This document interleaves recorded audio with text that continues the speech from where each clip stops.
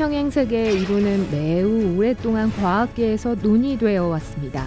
안타깝게도 우리는 아직 그것을 증명하거나 반증할 만큼 충분히 발달하지 못했어요. 하지만 그것은 여전히 흥미로운 이론이고, 그래서 평행세계에서 온 손님에 관한 특이한 도시괴담이 많이 있는 걸 거예요. 그중 몇 가지를 확인해 보겠습니다. 존재하지 않는 나라에서 온 남자의 이야기예요. 1851년 독일의 작은 마을 프랑크푸르트 안데어 오데르에서 있었던 일입니다. 길을 잃은 한 남자가 지역 마을 사람들에게 도움을 요청했어요. 그는 자신을 조파르 보린이라고 소개했습니다. 그는 매우 서투른 독일어를 구사했고 억양이 매우 강했어요. 그는 자신이 락사르와 아브람 언어를 구사한다고 주장했지만 이 언어들은 우리 지구에 실제로 존재하지 않는 언어들이에요. 그는 거대한 바다에 의해 유럽과 분리된 사크리아라는 곳에 있는 나라인 락사리아 출신이라고 주장했습니다. 하지만 이 장소 중 어느 것도 지구의 지도에 존재하지 않았어요. 사람들은 조파르를 신고했습니다. 그는 정신과 의사와 이야기를 나눴지만 의사는 그 남자가 완전히 제정신이라고 결론 내렸어요. 현지 경찰의 조사에서도 그에 대한 의심스러운 점은 발견되지 않았습니다.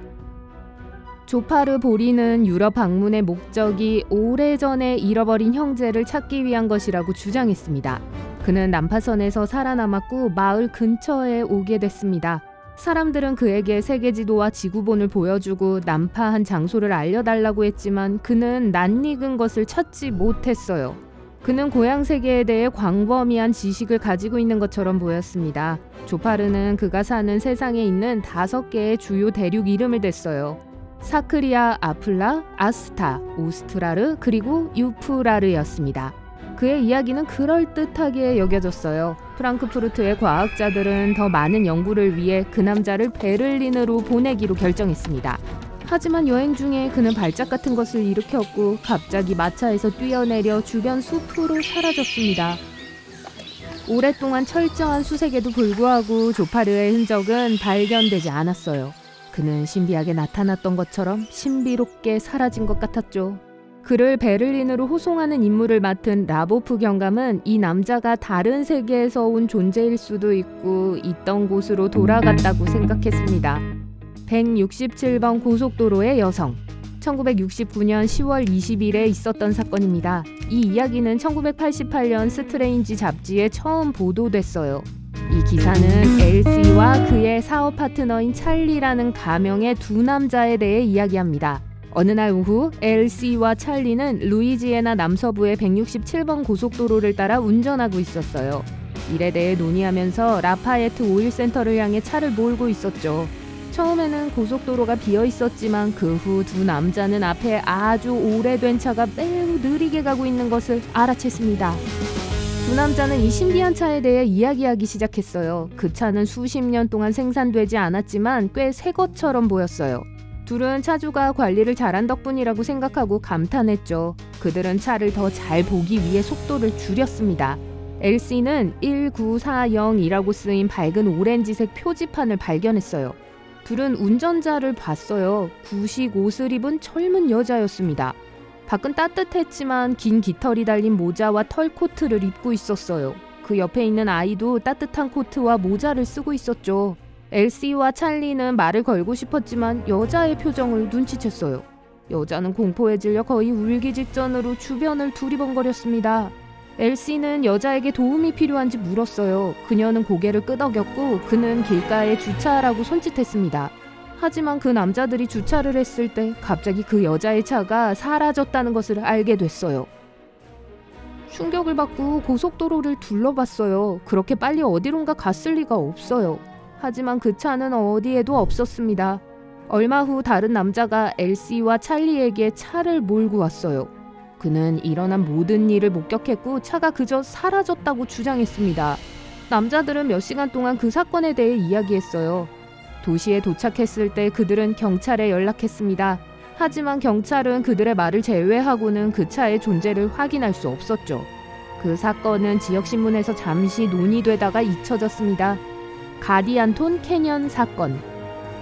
이 사건은 1972년 5월에 유타주 남동부의 에스칼란테 사막의 가장자리에 있는 모데나 철도 건널목 근처에서 일어났습니다. 제나 노스는 아버지의 1971년식 쉐보레 노바를 운전하고 있었어요. 친구 캐롤 에벗은 조수석에 있었습니다. 뒷좌석에는 리사 락포트와 베서니 고든이라는 두 명의 다른 친구가 타고 있었어요. 이들이 유타 네바다주 경계를 넘은 것은 밤 10시가 넘었을 때였습니다. 그들은 사감 선생 모테슨 부인이 기숙사 문을 잠그기 전에 캠퍼스로 돌아가려고 했죠. 유타주 56번 고속도로의 이 구간은 꽤 인적이 드문 곳입니다. 모래와 약간의 식물 외에는 아무것도 없어요. 그들은 마침내 모데나에서 유니언 퍼시픽 철도 건널목을 보고 매우 기뻐했어요. 그러나 철로를 지나자마자 제나는 두 개의 고속도로를 발견했습니다. 하나는 사막으로, 다른 하나는 가디안톤 캐년으로 가는 것이었어요. 소녀들은 협곡으로 가는 길을 택하기로 했습니다. 캠퍼스로 가는 지름길이 될 것이라고 생각했죠. 다른 소녀들이 서로 잡담을 나누고 있을 때 제나는 자동차가 더 이상 아스팔트 위가 아니라 하얀 시멘트 위를 달리고 있다는 걸 알아챘습니다. 조심해! 라고 한 명이 갑자기 소리쳤어요. 그 길은 높은 암벽에서 갑자기 끝이 났어요. 막다른 골목이었죠. 그들은 왔던 길로 되돌아가야 했어요.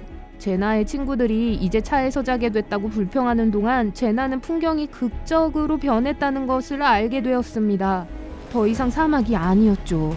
대신 그 협곡은 밀밭, 소나무 덤불, 앞에 작은 호수가 있는 들판으로 변했어요. 하늘에는 보름달이 빛나고 있었는데 보름달 밤이 아니었기 때문에 이상했습니다. 소녀들은 거기가 어딘지 전혀 알지 못했기 때문에 그저 앞에 보이는 불빛을 향해 차를 몰았어요. 건물이 있었는데 식당일 거라고 생각했어요. 밝은 네온 사인을 보았지만 아무도 거기 쓰인 것을 읽을 수 없었습니다. 이 상징들은 그들이 아는 어떤 언어와도 달랐어요. 갑자기 몇몇 사람들이 건물 밖으로 나왔어요. 그들은 제나의 쉐보레에 충격을 받고 겁을 먹은 것처럼 보였습니다. 그들은 손을 흔들고 뭐라고 외쳤지만 그들의 말을 이해할 수 없었어요. 리사는 그들에게 길을 물어보기로 하고 창문 밖으로 머리를 내밀었습니다. 그러자마자 즉시 무시무시한 비명을 질렀어요. 얼른 도망가! 라고 제나에게 소리쳤습니다. 쉐보레는 건물에서 급히 도망쳤어요. 밝은 헤드라이트가 뒤에서 그들의 차를 비추었습니다. 몇 대의 차량에 쫓기고 있었어요. 이 차량들은 달걀 모양이었고 3개의 바퀴가 있었고 윙윙거리는 소리를 냈습니다. 앞에 있는 길은 협곡으로 다시 이어졌습니다. 제나는 속도를 늦출 시간이 없어서 바로 충돌했어요. 낯선 풍경과 함께 차량들이 사라졌습니다. 소녀들은 다시 사막으로 돌아왔어요. 다행히도 아무도 다치지 않았어요. 육체적으로는요. 하지만 리사는 충격에 휩싸였습니다. 인간이 아니었어요. 라고 계속해서 말했어요. 소녀들은 그녀가 걷도록 부축해야 했죠. 1시간 후에 그들은 유타 고속도로 순찰차를 멈출 수 있었습니다. 경찰에게 그들의 이야기를 했어요. 경찰관이 작성한 보고서의 세부 내용은 복잡하고 혼란스러웠습니다. 수사 과정에서 경찰은 타이어 자국에서 차량이 정확히 어디로 향했는지 파악하지 못했어요.